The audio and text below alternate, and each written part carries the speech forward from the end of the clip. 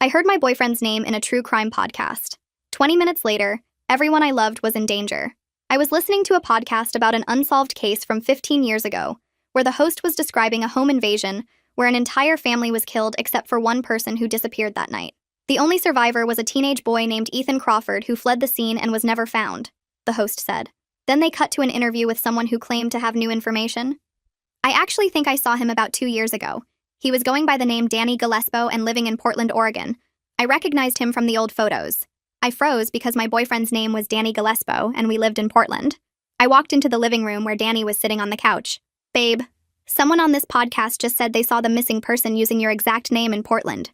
I thought he'd laugh about what a weird coincidence it was, but instead all the color drained from his face. We need to leave right now, he said, standing up. He was already grabbing his keys and wallet. Pack a bag with only essentials, we have maybe 20 minutes before they get here. My heart started racing because his voice was completely different. Danny, you're scaring me. What's going on? He grabbed my shoulders. My real name is Ethan Crawford, and I was at that house 15 years ago when my family was killed. I've been hiding ever since, and if that podcast just broadcast my current name and location, the people who did it are going to find me. I felt like the floor disappeared. That's insane. You work in tech. I've been to your childhood home. He ran into the bedroom. That's all fake. I've been running for 15 years. He pulled a duffel bag from the closet. Inside were stacks of cash, 3 different IDs, and a weapon. How long have you been lying to me? He looked at me while shoving clothes into another bag. About everything. My job isn't real. My past isn't real. Even my feelings for you started as something else. He handed me a backpack. Put clothes and documents in here. No phone, no laptop. I started packing on autopilot. Why did they kill your family? He stopped. My father was going to testify. They killed everyone to send a message. I only survived because I wasn't home that night. My phone buzzed and Danny grabbed it. He looked at the screen and went paler. They're already here. He showed me a photo of our apartment building taken from across the street. He threw my phone against the wall. These people have been looking for me for 15 years.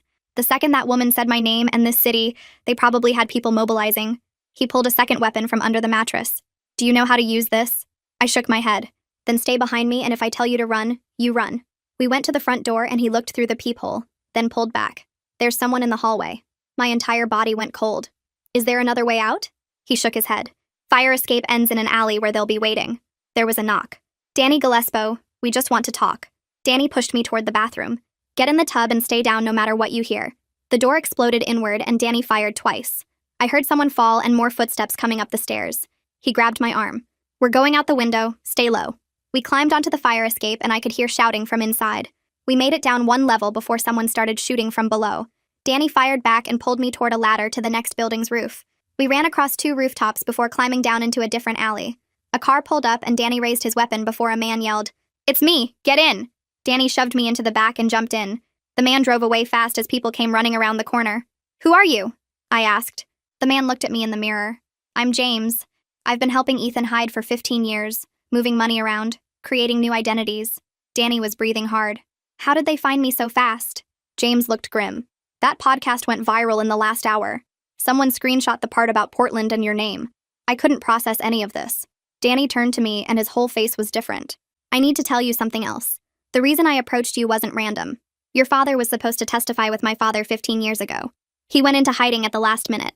The organization has been looking for both our families. I found you to protect you and find your father. Everything stopped. My father sells insurance in Denver. James spoke up. Your father's been using the name Richard Hayes for 15 years. His real name is Michael Bain. He was my father's business partner. They both witnessed the same crime. Then I remembered something from the podcast. They mentioned another name. They said they were looking for Michael Bain and thought he might be in Colorado. Danny's face went white. Did they say anything else? My mind raced. They said someone claimed to have seen him recently. James hit the steering wheel. If they mentioned Colorado, they're already on their way to your father. James took a sharp left turn and I gripped the seat as we sped through narrow streets I didn't recognize. My boyfriend wasn't my boyfriend and my father wasn't dead and people were actively trying to kill us right now. I kept looking at the back of Ethan's head while he twisted around every few seconds to check behind us.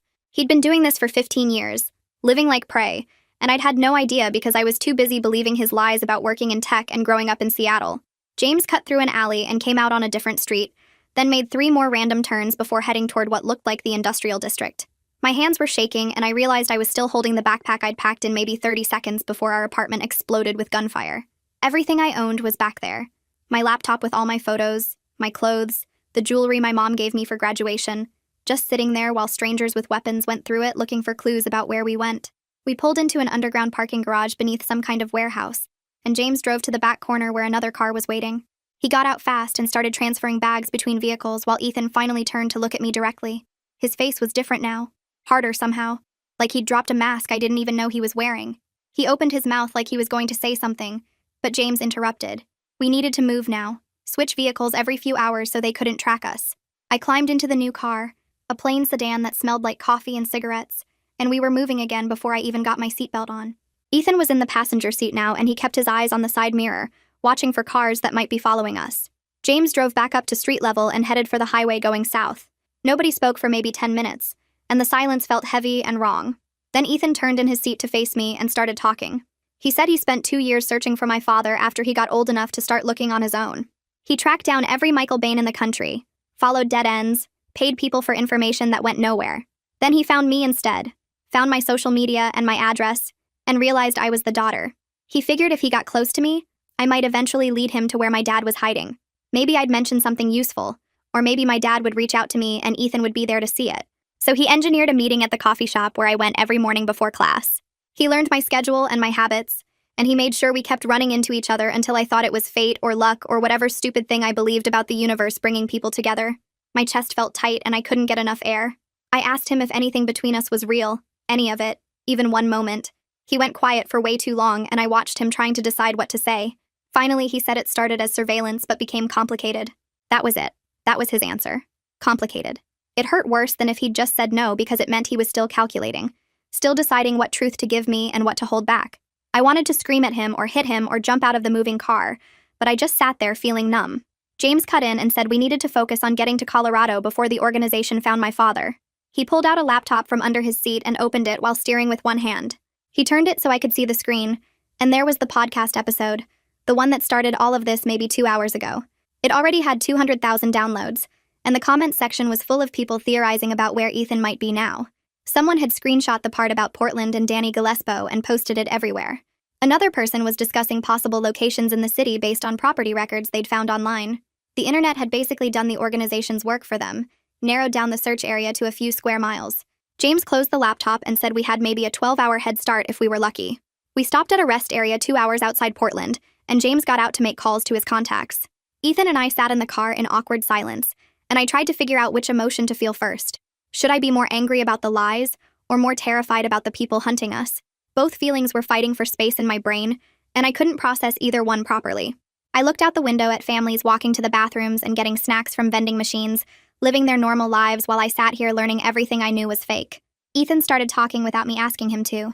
He told me about the night his family died, how he'd been at a friend's house and came home late to find cop cars and ambulances everywhere. He went in through the back window because he knew something was wrong and he found everyone already gone. His parents, his little sister, even the dog. Blood everywhere and silence, and he barely made it out before the people who did it came back to check their work. He'd been running ever since, changing identities every few years, never staying anywhere long enough to build a real life or make real friends or trust anyone. James had been helping him the whole time, moving money around, creating new identities, teaching him how to disappear. I realized my father made the same choice, but at least he got out before the violence reached us. I asked Ethan if he knew why my dad went into hiding instead of testifying like he was supposed to. Ethan explained that my father was supposed to testify the same week as Ethan's dad, but someone tipped him off about the planned attack. My dad had maybe 6 hours warning and he used it to disappear, left my mom and me behind with some story about needing to leave for work. He probably thought he was protecting us by keeping us in the dark, but instead he just made us easy targets if anyone ever connected us to him. James came back to the car and his face looked grim. He said his contacts confirmed the organization sent teams to both Portland and Denver within an hour of the podcast going live. We were lucky to get out when we did, but my father might not know anyone was coming for him yet. If he was still using the same identity after 15 years, he might think he was safe, might have gotten comfortable. We got back on the road and I pulled out the phone Ethan had given me, a burner he said was safe to use. I tried calling the number I had for my dad, the one I'd used maybe 3 times in 15 years when my mom managed to arrange supervised contact. It went straight to a disconnected message and my stomach dropped. Either my father had changed numbers again, or something had already happened to him and we were too late. Ethan turned around in his seat and looked at my face. He asked what was wrong and I just stared at the phone in my hand for a second before telling him the number was disconnected. I explained that I barely knew my father anyway because my mom told me he left us when I was 7 years old. She said he moved away for work and didn't want to be part of our lives anymore. I grew up thinking my dad just abandoned us, that he chose his career over his family and never looked back. I had no idea he was in witness protection, or that any of this was connected to organized crime or people getting killed. My whole childhood was built on a lie, and now I was supposed to just accept that everything I believed about my family was fake. James kept his eyes on the road but spoke up from the driver's seat. He said my mother probably didn't know the full truth either, that witness protection keeps families separated and in the dark to prevent exactly this kind of situation. If my mom knew where my dad was or why he really left, she could accidentally give away information or be used as leverage. The whole system was designed to make sure no one knew anything, which meant my mom spent 15 years thinking her husband abandoned her when really he was trying to protect us. But now that the organization knows to look for Michael Bain's family, my mom might be in danger too. They would figure out that Michael had a wife and daughter, and if they couldn't find him, they might try to use us to draw him out. I grabbed Ethan's arm and told him to give me his phone right now. He handed it over without arguing, and I dialed my mom's number with shaking hands. She answered on the third ring, sounding confused about the unknown number. I didn't give her time to ask questions, just said she needed to leave the house right now and go stay with her sister without explaining why. I tried to keep my voice calm so she wouldn't panic, but my hands were gripping the phone so hard my knuckles turned white. My mom started asking what was going on and why I was calling from a strange number. She wanted to know if I was okay and where I was and what kind of trouble I was in. I just kept repeating that she needed to leave immediately, and I would explain everything later. I told her to pack a bag and get in her car and drive to Aunt Sarah's house and not tell anyone where she was going. My voice kept getting higher and faster, and I could hear the fear bleeding through no matter how hard I tried to sound normal. She finally agreed because she could hear something was really wrong in my voice. She said she was grabbing her purse and would leave in 5 minutes. I told her I loved her and ended the call before she could ask anything else. James switched lanes and merged onto a different highway heading east. He said we were going to drive through the night to put as much distance as possible between us and Portland. Ethan and James would take turns at the wheel while I tried to sleep in the back seat, but I knew sleep wasn't going to happen. We drove for hours with James behind the wheel first, while Ethan sat in the passenger seat watching the mirrors constantly.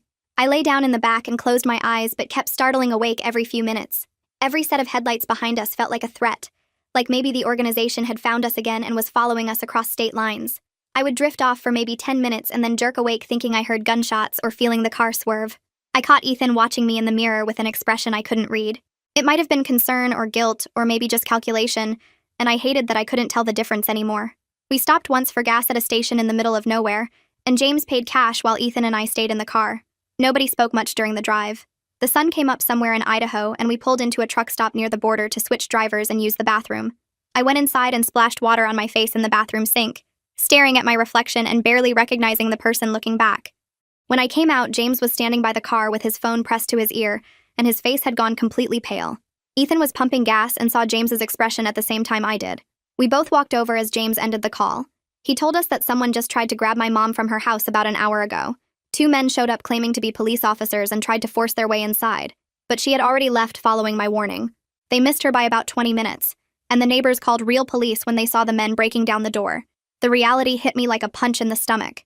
These people would kill anyone connected to the witnesses, and my mom almost died because of secrets my father kept from us. She came within 20 minutes of being kidnapped or murdered by people looking for information she didn't even have. I felt anger rising up and replacing the fear, hot and sharp in my chest. I was mad at my dad for disappearing and leaving us vulnerable. I was mad at my mom for lying about why he left even if she didn't know the truth. I was mad at Ethan for using me as bait to find my father and putting me in danger without telling me what was really happening. Everyone in my life had lied to me, and now people were trying to kill my family because of choices made 15 years ago that nobody bothered to explain. Ethan tried to apologize again, starting to say something about how he never meant for things to go this way. I cut him off and told him I didn't want to hear it right now, because I needed to focus on staying alive and finding my father before the organization did. We could deal with relationship drama later if we survived long enough for it to matter. He backed off, but I could see the hurt on his face, which was confusing because I didn't know if his feelings were real or just more manipulation. Maybe he actually cared about me, or maybe he was just good at pretending. Either way, it didn't change what he had done or the situation we were in now. We got back in the car with Ethan driving this time and crossed into Utah as the morning sun got higher. James pulled out a map and explained that we were taking a longer route to avoid major highways where the organization might have people watching. The interstate would be faster, but also more dangerous, because there were only so many routes from Portland to Denver, and they might have set up surveillance. This backroad route was going to take us almost 2 days to reach Denver, winding through smaller towns and state highways that added hours to the trip. We had no idea if my father was even still alive, or if the organization had already found him while we were busy running. I asked James how he got involved in all this in the first place. He glanced at me in the mirror and explained he was a federal agent 15 years ago who helped Ethan's family prepare to testify. He was part of the team setting up their protection and making sure they had everything they needed to stay safe until the trial. When the protection failed and everyone died, he felt responsible for not seeing the threat coming. He quit the agency and spent the last 15 years helping Ethan survive outside the official system, moving money around and creating new identities and teaching him how to disappear. He had been breaking laws and risking prison to keep one kid alive because he couldn't save the rest of the family. That realization sat heavy in my chest as we kept driving through the dark Utah landscape. James was breaking federal laws and risking prison time to keep Ethan alive, and now he was doing the same thing for me, even though we'd just met a few hours ago. I couldn't tell if that made him some kind of hero or just someone who couldn't let go of his guilt, but at least I understood why he was helping us. Ethan's motivations were still a mess of lies and half-truths that I couldn't sort through. We drove for another 3 hours before James pulled off at a tiny motel that looked like it hadn't been updated since the 1970s. He paid cash for a room with 2 beds, and we hauled our bags inside. The room smelled like old cigarettes and cleaning chemicals. James said he'd take first watch and told us to try to sleep. I lay down on one of the beds fully clothed and stared at the water-stained ceiling tiles. My brain wouldn't stop replaying everything that had happened in the last day. 24 hours ago, I was listening to a podcast in my apartment with no idea my entire life was built on lies. Now I was in a motel room in the middle of nowhere with a boyfriend who wasn't really my boyfriend, and a former federal agent who'd gone rogue. I heard Ethan shift on his bed, and then he sat up on the edge of it. He started talking quietly, saying that what he told me about his feelings was actually true, even though how we met was completely fake. He said he never planned on falling for me, and it made everything way more complicated than it was supposed to be. His voice was different from I'd ever heard it, softer and less controlled. I wanted to believe what he was saying, but I had no idea how to trust someone who'd already admitted they approached me as part of some plan to find my father. Every nice thing he'd ever said or done could have been calculated. Every kiss could have been strategy. I told him we needed to focus on staying alive first, and we could deal with the relationship stuff later, if there even was a later for us. He went quiet, and I could feel him looking at me in the dark, but I kept my eyes on the ceiling. Eventually, I heard him lie back down. I must have fallen asleep at some point because James was shaking my shoulder, and pale morning light was coming through the thin curtains. Ethan was already up and packing his bag. James's phone was in his hand, and his face looked grim. He said he'd just gotten a call from his contacts, and the news wasn't good. The organization had people actively searching Colorado right now, and they'd figured out several possible locations where my father might be living, based on the podcast's hints about the Denver area. My stomach twisted. We were still maybe 12 hours away from Denver if we drove straight through. James said we couldn't just drive into the city without knowing exactly where my father was, because we'd be going in blind and the organization probably had people watching likely locations. Ethan suggested we try to find property records or utility bills under the name Richard Hayes to get an actual address. James nodded and said he had a contact who could access those databases without leaving any kind of trail that could be tracked back to us. He made a call while Ethan and I grabbed stale muffins from the motel's sad excuse for a breakfast area. The contact said it would take a few hours to search through the records and cross-reference everything. We got back in the car and started driving closer to Denver while we waited. I tried not to think about what we'd find when we got there. Every mile that passed felt like we were racing against people who had more resources and more experience than us. I asked Ethan what the actual plan was if we found my father still alive. He was quiet for a minute and then admitted he didn't really have a plan beyond warning him and trying to get everyone somewhere safe. The problem was there wasn't anywhere actually safe as long as the organization existed and wanted us dead. They had people everywhere and unlimited money to keep searching. We could run for another 15 years like Ethan had been doing, but that wasn't really living. It was just surviving. We stopped for gas at a station outside Grand Junction, and James's phone rang. He answered and listened for a long time, then thanked whoever was on the other end. He told us his contact had come through with an address for a Richard Hayes living in a suburb called Lakewood, about 20 minutes outside Denver proper. We were close enough now that we could be there in 6 hours if we pushed straight through without stopping. Ethan wanted to approach carefully and scout the location first to see if the organization had already found it. I understood being careful, but I was worried that if we waited too long, the organization would find my father before we did. We'd be too late to warn him. We went back and forth about it while James drove and finally compromised. We'd drive past the house once to see if there were any obvious signs of trouble before we made contact. If everything looked normal, we'd approach. If we saw anything suspicious, we'd figure out another way. The sun was getting lower as we crossed into Colorado, and I realized I was about to see my father for the first time in 15 years. I had no idea if he'd even recognize me or what I was supposed to say to him. The last time I saw him, I was 7 years old, and he was just my dad who went to work and came home and read me bedtime stories. Now he was a stranger who'd been living under a fake name and had evidence that could bring down a criminal organization. I didn't know that person at all. We crossed into Colorado around noon, and I couldn't stop checking the mirrors like Ethan had been doing for the past 12 hours. Every car behind us felt like a threat. Every exit we passed made me wonder if we should take it and disappear somewhere else instead of driving straight into whatever was waiting in Denver. Ethan sat in the passenger seat cleaning one of the weapons he'd grabbed from the apartment. His hands moved automatically like he'd done this 1,000 times before. I watched him and tried to match this version of him with the guy who used to make me breakfast and complain about his fake tech job. They didn't line up in my head. James kept the speed exactly at the limit.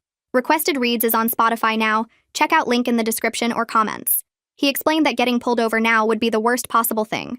We had weapons, fake IDs, and a trunk full of cash that would raise every red flag if a cop searched the car. My stomach felt tight and I realized I hadn't eaten anything since those stale muffins at the motel. Food seemed impossible right now. The landscape changed as we got closer to the city. Mountains appeared in the distance and houses started showing up more frequently along the highway. Ethan put the weapon away and pulled out his phone to check the address James had gotten from his contact. He zoomed in on a map of Lakewood and studied the streets around my father's house. He pointed out which roads had the best escape routes, and which ones could trap us if things went bad. I listened to him plan like we were robbing a bank instead of trying to save my father's life. The sun started dropping lower, and the light turned orange across the buildings as we took the exit into Lakewood. James drove slowly through residential streets while Ethan watched everything. Normal people were coming home from work and walking dogs and living regular lives. They had no idea we were driving past them with weapons and running from people who killed entire families. We turned onto the street where my father lived, and James slowed down even more. The houses here were small and old but well kept. Lawns were mowed and cars sat in driveways. Everything looked completely normal. Then Ethan pointed ahead at a dark sedan parked on the right side about 4 houses down from the address we had. The car had tinted windows and plates from out of state. A man sat in the driver's seat looking at his phone, but his posture was too alert. He was watching something. James drove past without stopping, and I looked at the house with the address we were looking for. It was plain and beige with a small porch and nothing special about it. My father had been living there for 15 years and I'd never known. We turned at the corner and James circled the block. Ethan scanned the other streets and his face got harder. He told James to slow down and pointed at another vehicle parked on the opposite corner from the first one. This one was a dark SUV with 2 people inside. They were positioned to watch the same house from a different angle. The organization had found my father. They were already here sitting and waiting. James kept driving and pulled into an alley 2 blocks away. He parked and turned off the engine. We all sat there for a minute while the reality sank in. Those people outside my father's house were probably the same ones who killed Ethan's family 15 years ago. They were waiting for orders or for my father to come outside or for the right moment to go in. Ethan said we needed to move now before they got tired of watching. If they decided to go in while we were still planning, my father would be dead before we could warn him. James asked if we should call the police, but Ethan reminded him that the organization had people inside law enforcement. Calling the cops might just bring more of them. We had to do this ourselves. I felt sick thinking about what could go wrong, but doing nothing meant letting my father die. James drove around to the alley behind my father's street. We got out and moved between houses, staying low and trying to look like we belonged there. My heart was beating, so hard I could feel it in my throat. We crossed through 2 backyards and I kept expecting someone to come out and yell at us for trespassing. Nobody did. We reached the back of my father's house and crouched behind a fence. Ethan looked at the back door and the windows checking for alarms or cameras. He didn't see any. He pulled out a small toolkit from his jacket and went to work on the lock. I stood there watching him break into my own father's house and the whole situation felt insane. The lock clicked and Ethan pushed the door open slowly. We stepped inside and I was in my father's kitchen for the first time ever. Everything was quiet and normal. Dishes sat in the drying rack next to the sink. A coffee maker sat on the counter with a half-full pot. The refrigerator hummed. We moved through into a hallway and I saw photos on the walls. Mountains and lakes and places I didn't recognize. No pictures of people. No pictures of me or my mom or his old life. Just empty landscapes like he'd tried to erase every connection to who he used to be. The living room had a couch and a TV and books on shelves. Mail sat on a small table addressed to Richard Hayes. This was where my father had been living his fake life while I grew up thinking he'd abandoned us. I heard footsteps and froze. A man came out of what looked like a bedroom holding a coffee mug. He was older than I remembered with gray hair and lines on his face that hadn't been there 15 years ago. He'd gotten thinner too, like stress had worn him down over time. But his eyes were the same. I recognized those eyes from old photos and distant memories. He looked at us standing in his living room and his whole body went rigid. The mug shook in his hand. He stared at me specifically and his face changed. Color drained out of it. His mouth opened but nothing came out. He looked at me like he was seeing something impossible. Like he was seeing a ghost of someone he'd lost. I said the word before I could think about it. Dad. My voice cracked on that single syllable. His hand opened and the mug fell. It hit the floor and exploded into pieces. Coffee splashed across the tile. He took one step toward me and then stopped like he wasn't sure if I was real. His eyes filled up and I could see 15 years of everything on his face. guilt and grief and fear and relief all mixed together. He was looking at his daughter who he'd left when she was 7 years old. I was standing in his living room at 22, and he'd missed everything in between. Every birthday and graduation and moment of my life had happened without him. His hands were shaking. Ethan moved forward, and his voice cut through the moment. He told my father we didn't have time for this because the organization had people watching the house right now. My father's face changed instantly from emotion to fear. He knew exactly what that meant. He turned and ran to a closet in the hallway. He pulled out a bag that was already packed. Inside, I could see clothes and cash and documents like he'd been ready to run at any second for 15 years. He'd lived here with an escape bag in his closet the whole time, never unpacking completely, never settling in, always ready for the moment when they would find him. That bag was the saddest thing I'd ever seen. He turned back to me and words started pouring out. He said he was sorry for everything. Sorry for leaving and for the lies and for not being there. He said he'd wanted to contact me so many times, but they told him any communication would put me in danger. His voice broke, and I realized he'd been crying about this for 15 years. He'd been living in his own kind of prison, trapped by the same organization that killed Ethan's family, separated from everyone he loved because staying away kept us safer. He'd given up his entire life to protect us, and we never even knew he was protecting us. We thought he'd just left. James spoke up from behind us. He explained we needed to leave through the back door right now and get to the car before the surveillance team outside figured out something was happening. My father nodded and grabbed his bag. He moved toward the back of the house, and I could tell he'd practiced this route before. He knew exactly which way to go and how to move quickly without making noise. He'd probably run through this escape plan in his head 1,000 times. We followed him through the kitchen and out the back door. He locked it behind us out of habit, even though we were never coming back here. This house and this life as Richard Hayes were over. We moved between the houses, heading back toward the alley where James had parked. I kept looking back, expecting to see men with guns coming after us, but the yard stayed empty. We reached the car and piled in. James started the engine and pulled out of the alley. My father sat in the back seat next to me, breathing hard. He reached over and grabbed my hand. He squeezed it tight like he was afraid I might disappear. We were halfway across the backyard when I heard shouting from the street. The sound cut through everything and my whole body went cold. Ethan's head snapped toward the noise and he grabbed my arm hard. James's car was visible in the alley and the watchers must have spotted it because men were running toward us from both directions. My father kept pace despite his age, and I realized fear makes you faster than you think possible. We sprinted across the grass and jumped a low fence into the next yard. Ethan pulled me forward and I could hear footsteps pounding behind us getting closer. We reached the alley and James already had the car running with the door open. Ethan shoved me into the back seat and my father dove in beside me. James hit the gas before Ethan even got his door closed. 2 men came running around the corner behind us with weapons raised. I heard the first gunshot and ducked down. The back window exploded and glass sprayed everywhere. Pieces hit my hair and neck and I felt the sharp sting of cuts. James kept driving and didn't slow down. More shots and I heard metal hitting metal as bullets struck the car. My father pushed me down lower and covered me with his body. We made it to the main street and James took a hard right. The tires screamed and I slid across the seat. Traffic was light and James weaved between cars. I sat up enough to look back and saw one of the vehicles following us. My father was breathing hard in the back seat next to me. His chest was heaving and sweat ran down his face. He grabbed my hand again and squeezed it so tight it hurt. His voice came out rough when he spoke. He told me he had something they wanted. Evidence he kept as insurance all these years. It was hidden in a storage unit across town, and it could bring down the entire organization. My mind was racing because this changed everything. Ethan turned around in the front seat and looked at my father. He asked why my dad never used the evidence before if it was that powerful. My father's face crumpled and he looked older than he had just minutes ago. He explained he was too scared and completely alone. He thought if he just stayed hidden forever and never made waves, they would eventually give up looking for him. He thought time would make them forget or move on to other targets. But he was wrong about that. They never stopped searching, and they never forgot. James spoke up from the driver's seat while taking another sharp turn. He said if the evidence was real and strong enough, we could take it to the FBI and finally end this instead of running forever. My father nodded and his hands were shaking. He gave James the address of the storage facility. His voice got stronger as he described what was inside. Financial records going back 20 years, recorded conversations between organization members, documentation of murders and criminal operations, everything needed to put dozens of people in prison for life. We were driving across Denver now, and I could see multiple cars behind us in the mirror. James was taking random turns trying to lose them. Left then, right then, left again through neighborhoods I didn't recognize. My father kept talking and explaining more details. He said his business partner was the one who gathered most of the evidence. Ethan's father had access to the organization's financial systems because of his job. He copied files and recorded meetings and built a case that could destroy them. That's why they killed him and his whole family. They needed to make sure the evidence died with him. But my father had copies of everything. Ethan's face changed when he heard this. I watched him process what it meant. His father's work might actually mean something. All those deaths might not have been completely pointless if we could use the evidence to get justice. I could see him shifting from pure survival mode to actually thinking about fighting back. His jaw set in a way I'd never seen before. His whole body language changed from defensive to aggressive.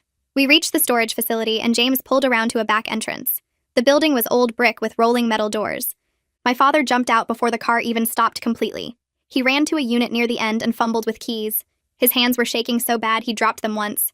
Ethan and I got out and watched the road. I could see headlights in the distance getting closer. My father finally got the lock open and rolled up the door.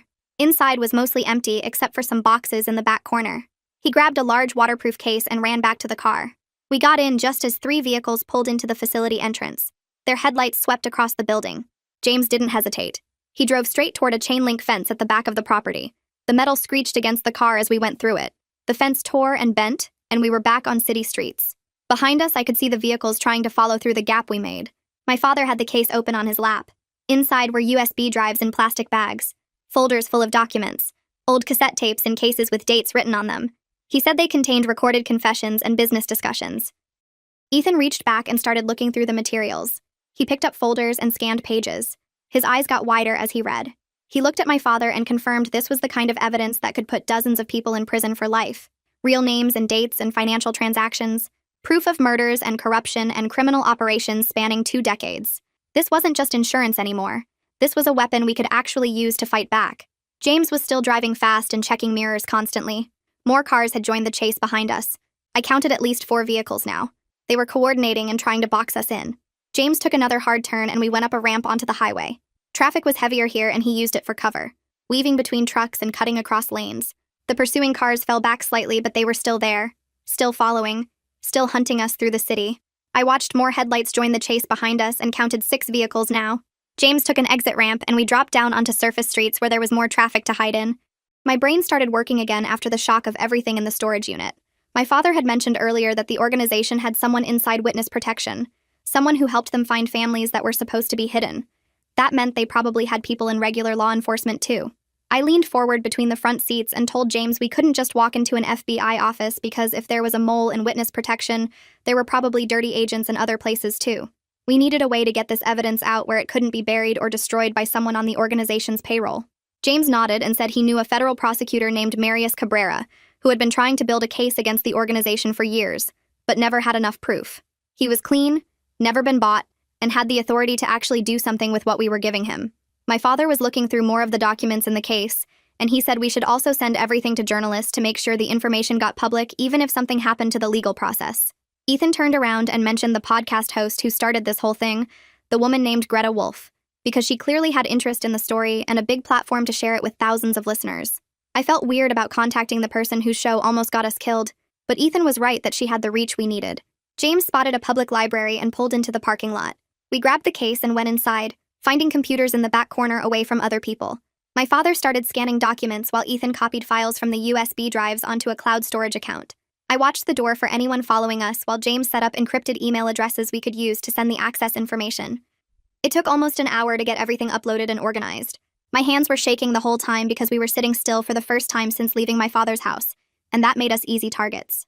Ethan sent the cloud storage links to both the prosecutor and the journalist with a message explaining what the files contained and instructions to publish everything if anything happened to us.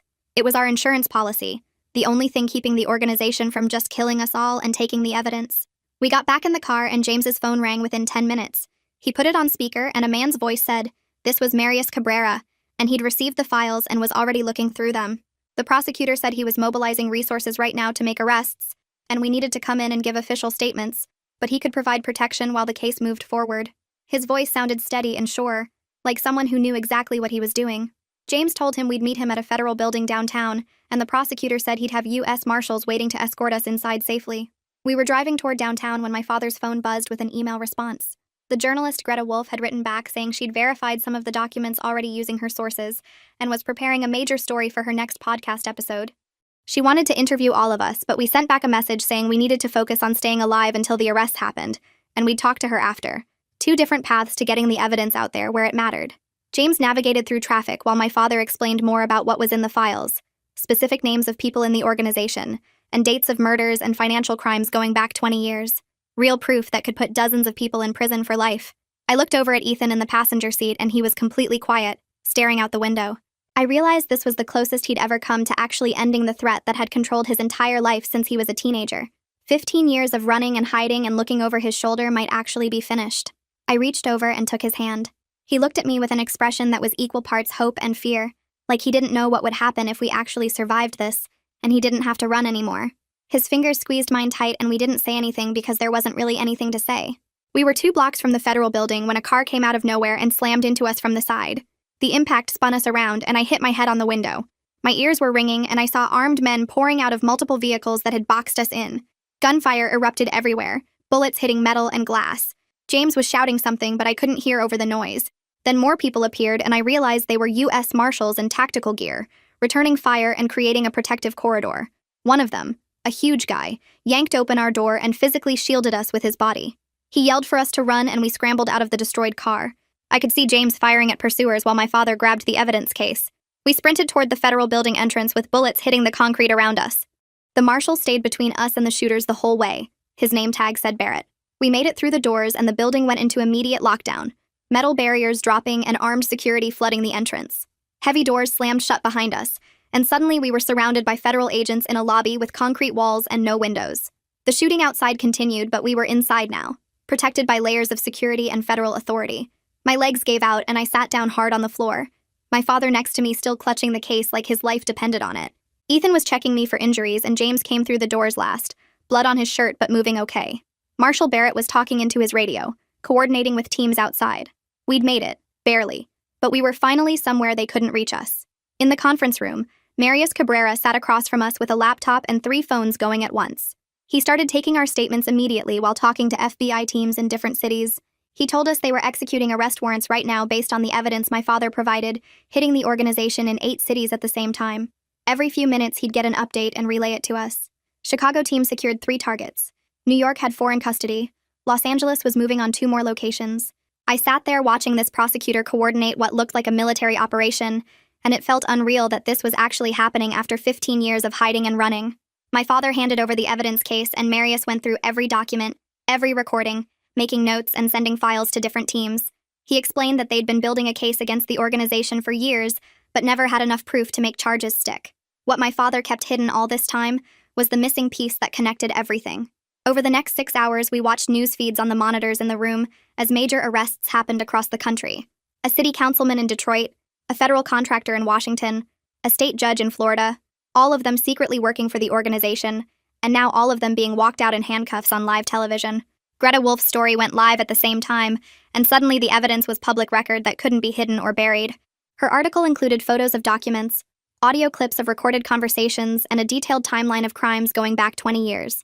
I watched it spread across social media in real time, people sharing and commenting and demanding answers. The organization couldn't make this disappear even if they wanted to because too many people knew now. My father sat next to me the whole time, and during breaks and questioning, he started telling me about his life in hiding. He lived alone in that small house, worked a boring office job under a fake name, and spent his evenings following my life from a distance. He kept newspaper clippings about my high school graduation and college acceptance, small pieces of my life he could hold on to.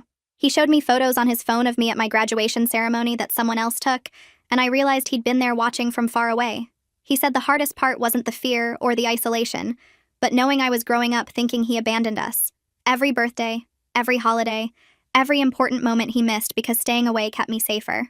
His voice broke when he talked about it, and I didn't know what to say because I was still processing that he'd been alive and watching all these years. Later, Ethan and I finally had a real conversation about what happens next, sitting in a smaller room away from everyone else. He admitted he didn't know how to have a normal life because he'd never had one.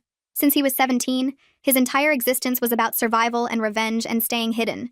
He didn't know how to think about a future that wasn't just running or fighting. I told him we were both going to have to figure out who we are now that we're not running, and that was going to take time and probably therapy. He laughed at that, a real laugh I hadn't heard from him before, and said therapy sounded good, actually. We agreed we needed to be honest about how messed up this whole thing was, how our relationship started with lies and manipulation, and how we couldn't just pretend that didn't matter. But we also couldn't ignore that somewhere in the middle of all the chaos, something real happened between us. Marius came back with an update that made everyone in the room go quiet. The arrests were holding, and they had enough evidence to keep the organization's leadership locked up for life. There would be trials and we'd have to testify, but the immediate threat was gone. The people who killed Ethan's family and hunted us across the country were in custody and facing charges that would put them away forever. He said we could start thinking about actual futures instead of just survival, and that phrase hit me hard because I hadn't let myself think past the next day in so long. My mother arrived the next day after being brought in by federal protection, and she saw my father for the first time in 15 years. Their reunion was complicated and painful, full of things that couldn't be unsaid and time that couldn't be recovered. She was angry about the lies and the years of thinking he just left us. He was defensive about his choices and kept saying he did what he had to do to keep us safe. They stood in that federal building conference room arguing about 15 years of hurt and missed time, and I realized they might never get past it. But there was also relief that we were all alive, that the threat was finally over, and that maybe we could start rebuilding something even if it would never be what we lost. Ethan and I agreed to take things slow and actually get to know each other honestly, starting over without the lies and manipulation. He was moving into a temporary apartment near mine, and we were going to try dating like normal people, though we both knew we'd never be completely normal after everything we'd been through. We made a plan to see a therapist, both individually and together, because we had a lot to work through. He needed to process 15 years of trauma and isolation. I needed to process betrayal, and discovering my entire life was built on secrets.